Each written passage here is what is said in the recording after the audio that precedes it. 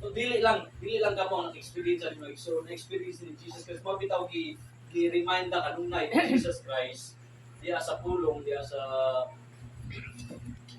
ni Pedro, uno Pedro, yung sa bulahan, aso sa Santiago, yung sa bulahan ng marog sa mga pagpintal. Kay tuyo sa mga pagpintal, madawat nila ang ganti, ang kinabuhing balay sa Panginoon. Wala akong nakaagi kag mga pagpintal, mga pagsulay, praise God. Mo na nagpaila nga nagsunod ka sa Ginoo. Mo na nagpaila nga magmadaugon ka sa imong kinabuhi. Tungod kay si Jesus Christ mismo nagmadaugon, how much more kita? Kung naa sa inyong tigong pamilya, kung naa sa inyong panimalay, grabe ang kalisod, grabe ang struggle sa tigong pamilya, maglisod ka, grabe bisan sa inyong panudlanan, how kalisod yun, na droughtness sa inyong bugasan, ang kalisod sa inyong income, financially, physically, spiritually, nagmaluyahon ka. Wala ka may igsoon. Because kana siya is a process. I-process ta sa Ginoo. I-process ta. Tungod kay dili pwede kita nga musakata sa hagdan, lago ta ikaw. Kasi siya ang pagsaka sa hagdan, hinahinay. Maabot mga sumatonga, pos, pahuway. Wala, maabot gyud sa imong punto sa imong kinabuhi nga nagmaluyahon ka, laay, pos. Relax, analyze the Word of God. Remember the Word of God. Remember His promise. Kung sa imong pagpahuway ng gapita na evaluation, analyzation, learnings, na ma-remember nimo nga, grabe, kamayo ang sa kinabuhi. Padayon ka, erase up ka pag-ayaw sa Ginoo sa balang espiritu. I-lead ka niya, mo nang ayaw ka balang ka, ayaw ka duol, kung sama ng sitwasyon sa inyong kinabuhi karong mga tuliga, mga adawang may so nga naman, sangkot ang ginawa na. O pilit ang sangkot ang ginawa na. I-prepare ka si Ginoo para sa nadagong utang, ayang ginagana sa imong kinabuhi. Because the Lord, special mo ka sa mata sa Ginoo. Ingon ang 1 Pedro, ang basahan diri ingon ang 1 Pedro 6, busa angay ninyo kiniikalipay bisan tuod og sa pagkakaroon pagkinahanglan tingali na mag-antos kamo sa mubong panahon tungod sa daghang mga pagsulay kaninyo. 7, ang tuyo niini mao ang pagsulay kung tinuod ba gayon. Ang inyong pagtuo kay bisan gani ang dulawan nga lumalabay lamang sulayan man pinagi sa kalayo. Ang inyong pagtuo nga bililong pa kay sa dulawan sulayan kayo usap. Tungod niini madawat ninyo ang mga pagdahi, himaya ug dumog sa adlaw ipadayag na si Jesucristo.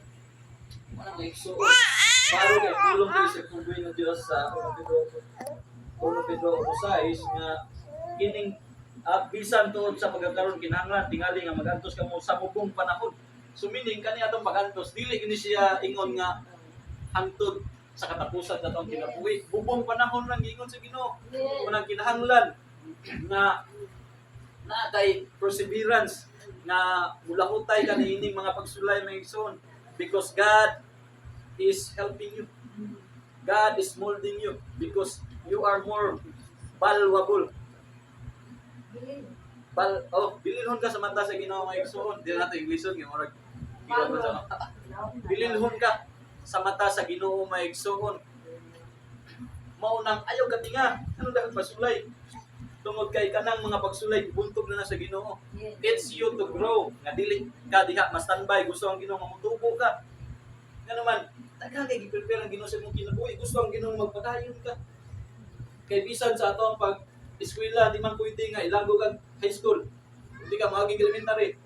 Maglisod man ka. Inana ang Ginoo. Hindi ka niya pwede pakalitan sa mga panalangin. Gusto ang Ginoo nga proseso. Because God is a God of organized. Organized Ginoo si Ginoo. God is a God of order. No, by order ginagihatag sa Ginoo nga panalangin nga naman. Kung kay di gusto ang Ginoo nga malayo kaniya. Gusto ang Ginoo sa inanay imuhang masinati ba nakamaayo sa Ginoo sa imong kinabuhi. Mo nagkaron mga igsoon kirman ta sa Ginoo nga kung unsa man ang sitwasyon sa inyong panimalay karon. Unsa man ang sitwasyon sa unsa man kalisod, kapait sa kinabuhi na daw makaingon ka nga wala naging kapuslanan na pinabuhi, wala naging matabang ako, wala naging mga wala na asan mo pa daw. Di pa yung ka sa Ginoo nga nahitabo ng tanan tungod kay mga sa Ginoo. Amen. Nahitabo ng tanan tungod kay nay tudlo ang Ginoo sa imong kinabuhi ko ang dapita. Una-una kung sa gitudlo sa Ginoo sa mga diya. Una-una nganong naa ka diang dapita. Ingon bitaw ang Ginoo ikalipay ang mga pagsulay ng mabot sa imong kinabuhi. Ikalipay ang mga pagtintal. Kaya pinaagi sa mga pagsulay pagtintal, diha tubo yung pagtuo. Diha mo tubo ang imong pagsalig sa Ginoo. Diha mo tubo ang imuhang kadasi, ang imuhang diha nimo mas masabtan ang lugma sa Ginoo. Mga igsoon Amen. The Lord is reminding us na kung sa inyong palimalay, nabalaka ka sa imong mga anak, kung sa imong plano, pakyas permi, kung sa nakay ipabuhaw na nga sa umaabot future, always fail, di man hindi panahon sa panahon na yun. So, because God is molding you, God is preparing something for you, God is giving you the vision. Kung baga, ipakita na ka sa Ginoo sa umaabot, mo na kayo mga damgo. Ano man, ipakita na sa Ginoo sa imuha, ang umaabot. Mo nang tungod kay ipakita naman sa Ginoo sa tuwa, you must strive. Padayon. Nagsugod ka sa imuhang nangyari plano ng negosyo. Padayon.